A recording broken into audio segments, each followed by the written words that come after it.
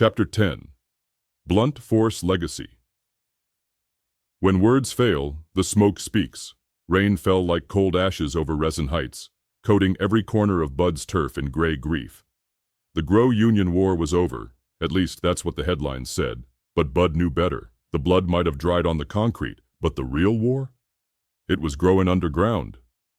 He stood under a busted street lamp on Zaza Lane, hoodie-drenched, eyes scanning the skyline of his kingdom. Neon grow signs flickered like haunted memories. Gas station greens, the bakehouse, loud and legal, all properties he now controlled.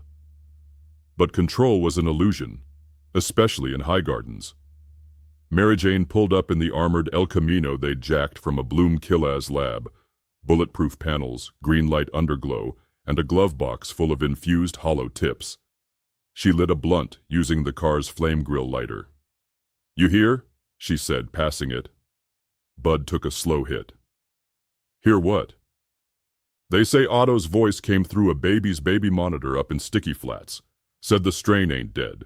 Said it's transmittin'." Bud exhaled thick. "I'm tired of legends," he muttered. "I want blood." Twisha slid out the back seat, dreadlocks tied with twist ties made from raw hemp rope. "That's why we start tonight. Hit Splice Row first, then torch the rest." Bud nodded. The last bloom cells were burrowed in old trap spots, Crip Crop Collective, Bluntline Bodega, and the abandoned pre-roll cathedral. Places Otto used to seed his madness. Places Bud once called home. They moved like specters through the rain. Splice Row was silent, but not dead. Old Growtech flickered inside. A drone camera buzzed past with DEA-TX spray paint crossed out on its side. The resistance was alive. Inside the first hideout, they found 6 bodies. None breathing, all smiling. Green rot bloomed from their eyes like moss from a tomb. "They dosed themselves," Mary Jane whispered. "Otto told them to." Twisha wiped her blade clean. "Then we talked to the dealer that sold it." Bud found the stash behind a fake wall, 3 jars. One labeled Last Laugh, the second Hush Smoke, the last Otto Type A. Bud opened the Otto jar. It hissed. From the mist a voice formed, not loud, not human, just present.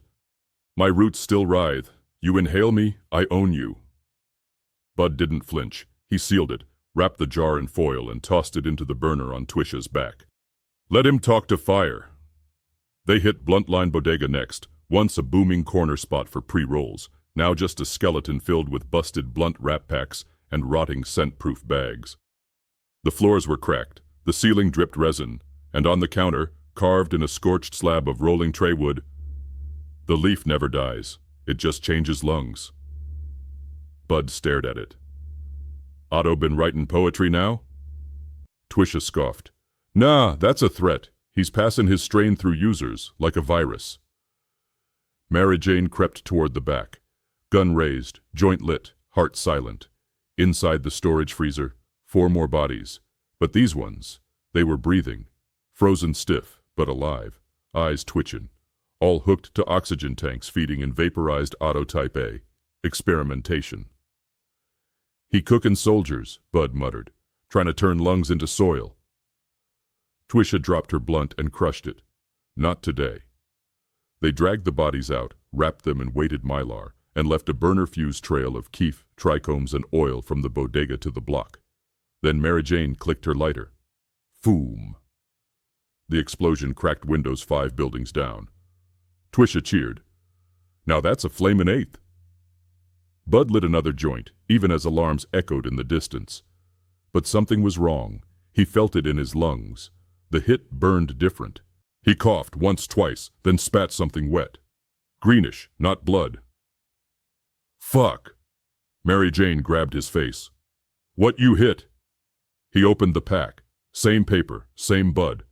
But the tip had been dipped. Someone tainted his stash. "Somebody got to my shit," he growled. "And that means they got into the vault." The vault. Bud's underground grow-up bunker beneath Trichome Terrace, hidden beneath 10 feet of concrete, blacklight sensor beams, and a strain-coded security system. Only 3 people had the key: Bud, Mary Jane, and Twisha.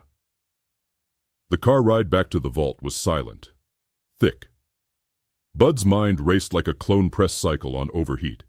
Was it sabotage, or something worse? When they arrived, the worst truth bloomed.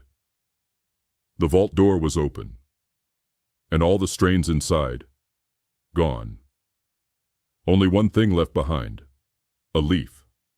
One single auto-grown leaf, pinned to the wall with a dab tool like a fucking message, written in shatter. The legacy's mine now. Bud didn't blink, didn't flinch, just stared at that auto leaf like it owed him everything he ever lost. Mary Jane whispered, "We torchin' everything that ever grew near that bitch's roots." Twisha loaded a fresh mag into her Bud-etched .40. They were past the point of revenge. This was eradication. Back at Grow Union HQ, Bud made the call, coded to all street grow ops, trap trucks, dispensary fronts, and basement cure dens across Highgardens. Lock down the leaf, purge the pollen, any bag that smell like auto, burn it.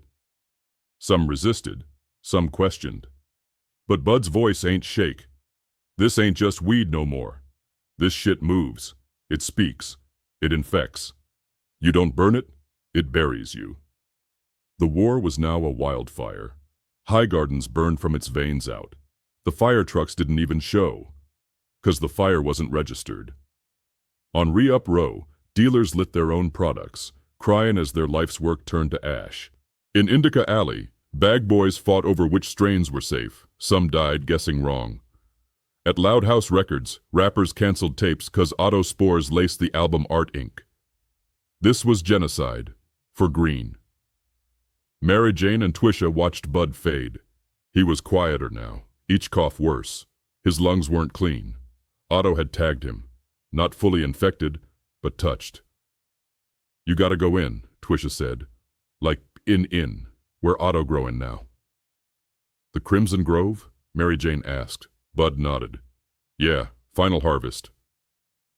The Grove was Otto's last hide, hidden beneath the city's old sewer farms, overrun with redbud mutation strains that glowed under moonlight and screamed when plucked. Nobody came back from there. Bud, Mary Jane, Twisha. They walked into the Grove like holy assassins. Flamethrowers on their backs, buds in their mouths, death in their pockets. Inside, Otto waited. No body, just a mass. A moving root brain of spore threads and plant nerve endings that echoed with his laugh. "You came to bury me," it whispered, "but I'm already inside you." Bud raised the flame. "I got one blunt left." Mary Jane held the match. "Spark it." They lit the Grove from the core out. Otto's scream became the city's thunder. The roots writhed, the spores choked, the air thickened. As fire swallowed the Grove, Bud dropped to one knee. He coughed blood green again, but the last thing he saw was Mary Jane's face. Calm, determined. She dragged him out, flames licking their backs, the Grove gone. Otto, silent. Highgardens, scarred, but the legacy, still blunt force strong. Story by Latif Amir.